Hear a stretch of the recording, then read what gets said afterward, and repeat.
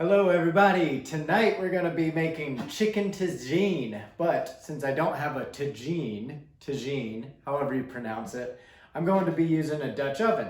A Dutch oven can be used in a lot of different things, but tonight we're going to use it for chicken tagine and see how it turns out. Now most of the recipes that I saw for chicken tagine were all fairly similar with some minor tweaks here and there. So I decided, shoot, why not just make my own minor tweaks as well and come up with a dish that I like, that is still considered chicken tagine. So what I decided to do, I'm going to be putting some ginger and cinnamon, and I'm also going to be using a jalapeno to spice it up just a little bit. For veggies, I'm going to be putting corn in it since I have one of these in my fridge that needs to be eaten, and corn's delicious. And then I have onions and garlic. Also in a chicken tagine, we're going to be putting almonds, which I don't have blanched almonds. All of them called for blanched almonds, but I'm just going to be using my shredded almonds. And I'm going to add garbanzo beans, which is kind of unique. Not all of them do that. And all of them have some sort of dried fruit. I'm going to be using apricots today because I like them a little bit better than I like prunes. And also, instead of doing a couscous, I'm going to do a brown rice quinoa mix. I love this mix. It adds a little bit of protein, got some good carbs. It's going to be a great, delicious meal. So here we go. One of the first steps is to take the apricots and to put them in a little bit of cold water, and then to add the cinnamon and bring them to a slow boil. So that's what I'm going to do, and I don't really know how much cinnamon it calls for. So I'm just going to put a nice bit. I love cinnamon. I like it very cinnamony, so I know that I'm not going to go wrong by putting in quite a bit. So I probably have a good solid tablespoon, maybe even 2 tablespoons in there, and I'm going to love it. Now, if you're not much of a cinnamon person, you probably wouldn't like this dish. So with that said, making your own little tweaks, that's what makes cooking fun. That's why I love to do it. It's so much better than eating out at a restaurant when the cook there says, this is how much cinnamon I like. You can make your own and say, this is how much. I love it. I love it. I love it. So next up, it says to get the onions in a casserole dish and let them simmer. So I'm just going to go ahead and start using my cast iron Dutch oven. I'm going to put it right on top of the stove, just like so, just like it's a regular pan. You can definitely simmer stuff in this item, in this kitchen item. And I'm going to add a little bit of avocado oil, one of my favorites. Just a little bit, just a dash. And then I'm going to, it says to go ahead and put my onions in. So I'm going to put my onions in. I'm actually going to wait on my garlic a little bit, because if you wait on garlic and stick it in a little bit later and don't cook the garlic, like you do cooking the onions, then it holds some of the garlic flavor. This is just a little tidbit, a little kind of thing that I like to do. Some people like to cook their garlic with their onions. I say no. And then it says to add the ginger with that. Brand new thing of ginger. So it's a little hard to open up.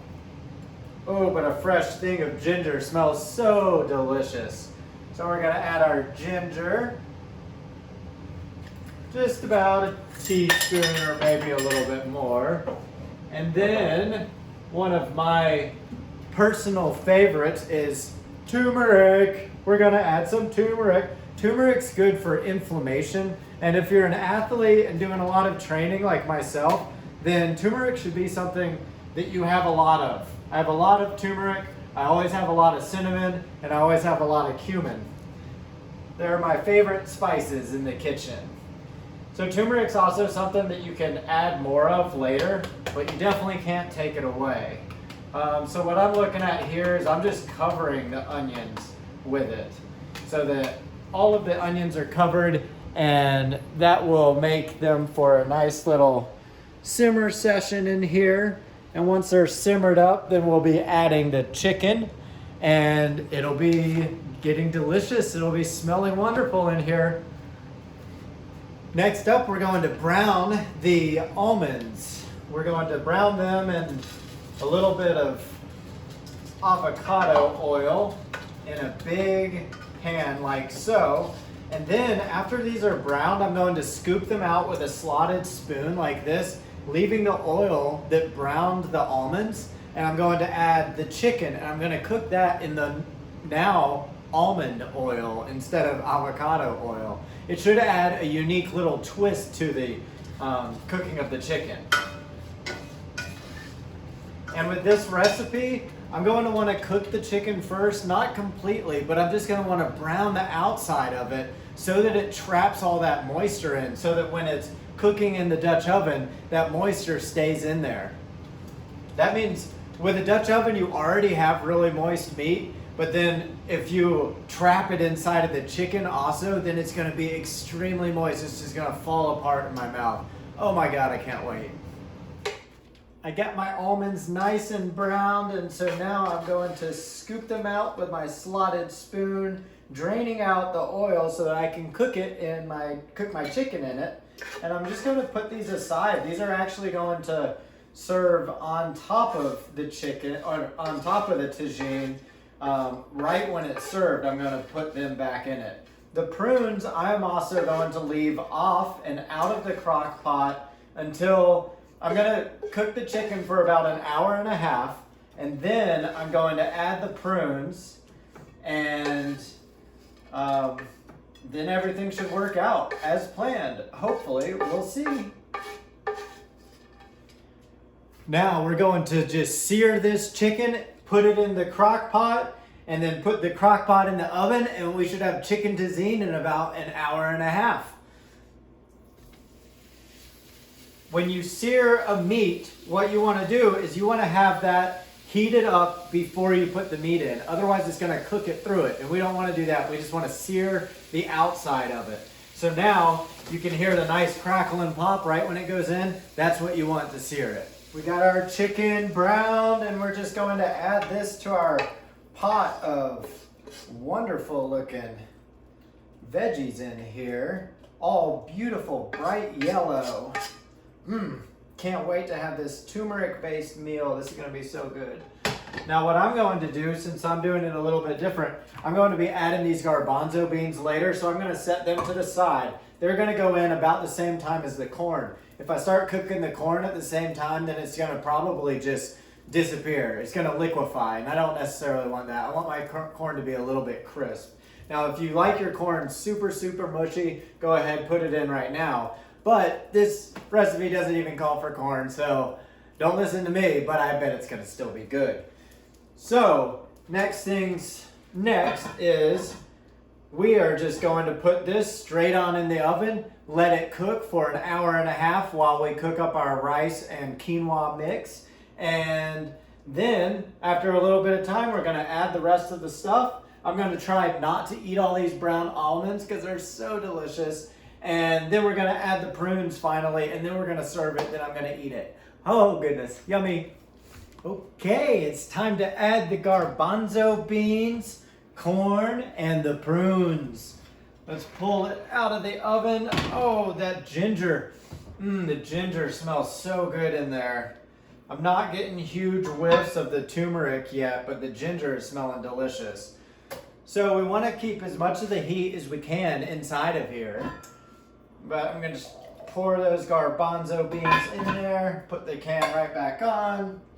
And then I'm just going to throw in my corn. This is my little twist just because I want corn on the side. This will cook it all the way. Throw that in. And then, last but not least, let's throw, oh, that gets hot.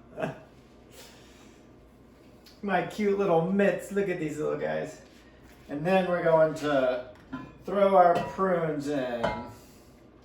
Last but not least, our cinnamon prunes. Let's just give that one little stir. get it all mixed up in there. Oh, not prunes, apricots. I'm all over the place. All right, there we go. Now, let's put these back in the oven and have ourselves a meal in a couple of minutes.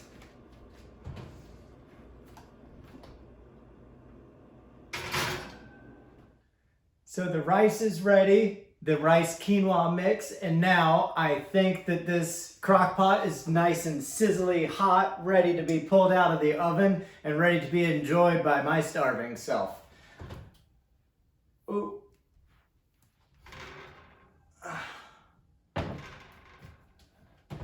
Now, let's take a peek. Let me bring you on over. Let's lift it up. Oh my goodness, that looks so good. Right. We did it. Woohoo! Chicken tagine night.